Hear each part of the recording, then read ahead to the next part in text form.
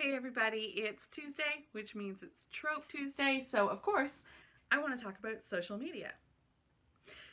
So here's the thing is last week I did a trope mashup video, and the headline was like 3 trope mashups readers will love, something like that.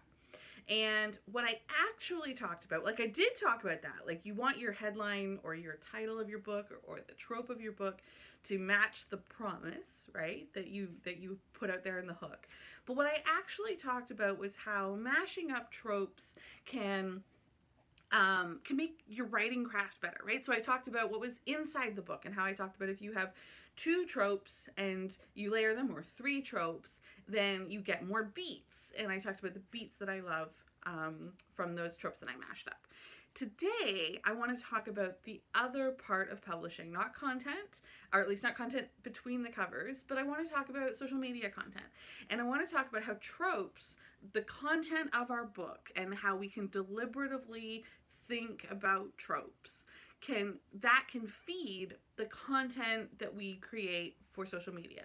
So the point of social media always is engagement, and both finding new readers, entertaining the readers that you already have, and just growing a platform in general. And it's important to distinguish that third point, growing a platform in general, because once you success begets success. Wow, what a way to mess that up. Success begets success. I got an email today. I bet a lot of people who I know, other writers in the indie romance and genre fiction community, got an email advertising a new course. And the course is how to write a bestseller. And I mean, I can tell you that for free. I did. Like I do here in these videos. What it looks like that course talks about is like plan all the elements of a bestseller and put them in a book, and then just don't deviate from that plan. And they're probably going to charge you a lot of money for that information. And like, you know what? Here's the thing though. Is any of those things, like courses or like how to do social media, how to run cost per click ads, all of those courses, there's nothing wrong with taking that course. If you benefit from having like a mentor, like an instructor, holding your feet to the fire and going through a checklist, if you can't think of what that checklist would be, if you don't like watching YouTube videos, if you don't like reading books, if you haven't written very many books, then sure, learn from other people's experience. But really the only way to write a bestseller is to have already written a bestseller and then doing it again. And the people who do that out of the gate they have been adjacent to bestsellers. They, like in traditional publishing, the most popular example of late is The Woman in the Window, The Girl in the Window, The Woman in the Window. The guy who wrote that, he was an executive editor at a publishing house. So, I mean, like people who are really close in the indie communities, we often see it in book bloggers, people who are really successful bloggers. They know exactly what the components are of a perfect package for a book. Sometimes it works for them and sometimes it doesn't. And then once people have had some releases, then their future releases do better if they stick with the same formula. The second that a bestseller deviates from that formula, their sales are completely as variable as anybody else's. And then once you have like a huge outlier experience, your next release will not match that outlier experience. So there's bestsellers, there's outlier bestseller, and there's like, you haven't figured out the right formula for yourself. Anyway, so this is true for how to write a book. It's also true for how to pitch a book. And, on another video, I talked about should people do social media? And I said you definitely want to have your footprint there. Because it's the same as having like a website or something like that. Like you need to have some internet real estate. But today I want to talk about tropes and social media because I started a TikTok today. Not only did I create my account, to my friend Holly Mortimer, who runs the Social Verd, she's a really smart marketing expert. I listen to her on email marketing, on a lot of things. She pointed out that TikTok is just exploding. So Instagram was once a place just to put pictures, and now it's a significant platform where people spend a lot of time. TikTok is rapidly turning into the same thing. And after spending just like one night on it last night, like my husband and I watched a lot of TikTok videos last night because they're super fun. And so this morning I was like, you know what? I think I might actually do a TikTok. And so I did. A coughing fit is like the worst. Anyway, so I did a TikTok and it's really actually kind of adorable. I will like insert it. Which way? Here. I'll insert it here. We can all watch my TikTok together. It's about 50.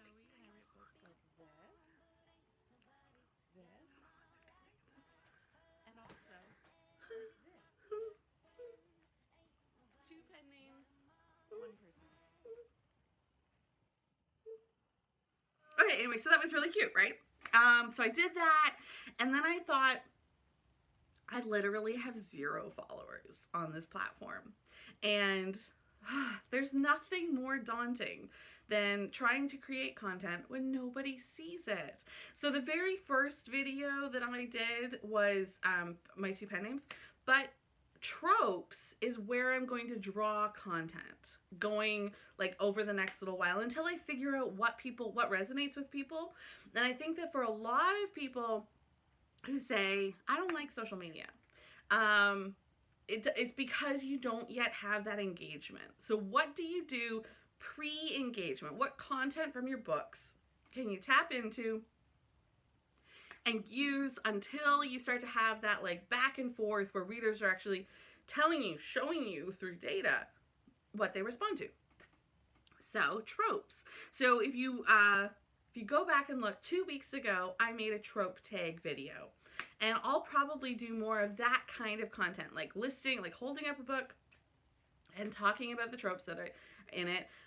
Finding 2 books, because like a lot of people, you know, I repeat my favorite tropes. So I'll find 2 tropes, two books that have the same trope and go just like I did. How many books, you know, like 1, 2, 3. I kind of like that. I don't know.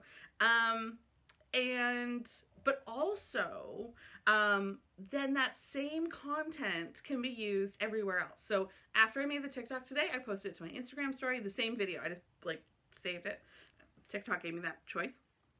And I posted it to Instagram and in my Instagram stories and my Facebook stories. I shared the link to Twitter. And when something is really like, when the content amuses you, it'll amuse other people. And that's the content that I share. Or I don't share everything. I'm not going to do like an auto to every social media platform. But when you create content that is genuinely like cute, new releases are a good example, cover reveals are another good example, or just like something like a fun little whatever, you know, reuse that content over and over and over again. So that I write as 2 people thing, if I can put it on a calendar and share it like once a month. And so if I get, you know, 30 of those, then you can just cycle and you can put some new ones in every so often. So I often talk about like a marketing calendar as being like what I do with my books. But I think what I'm going to do is really encourage other people and myself to come up with the same kind of grid calendar, like 1 thing per week. Batch it. That's what Holly says. Is remember, like, just batch your content, and try and make it simple. So this might not have been what people were thinking I would talk about in a Trope Tuesday video, but the content in our books. But the content in our books is the content we can, you know, draw from. And the more we are aware of it, the more we categorize it, the easier it is to then use that, to leverage that into social media content, because social media should not be work for you. It shouldn't be work for you. If it is work for you, like, scrub that. Let's figure out how to make it like really dead easy, really fun. No, not everybody needs to start a TikTok. I don't think, I don't really have a huge Instagram. I don't actively use Instagram in that way. I don't think that you need to use every social media platform. It's just that I did it because it was kind of fun. And then having done it for literally nobody, it was truly just for myself. Having done it, now I'm actively thinking about, oh, hey, how does this play into like content creation, and how can I draw from content I've already created? You know, like maybe there's something I can do with the pages, words on the page and stuff like that.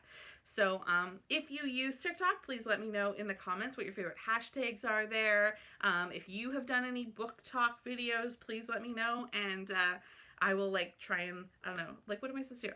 Copy you? I don't know. Teach me the ways of the TikTok if you have it, and I hope that despite my coughing fits, this video was useful to you, and I will be back. So I'll be back next week on Tuesday for another Trope Tuesday video, but later this week I think I'm going to do the Series 2.0, which is, it's a chapter in Romance Your Brand.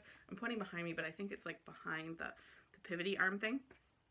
So there's a chapter in Romance Your Brand called Series 2.0, and I'm going to expand on that. I'm going to do a whole video on Series 2.0 and what it is when I say Series 2.0, what exactly do I mean by that, and why everybody should be super patient. Like, just be patient and gentle with yourself. Your first few books, this really actually taps into that whole, like, how to write a bestseller. Success begets success. Success is incremental.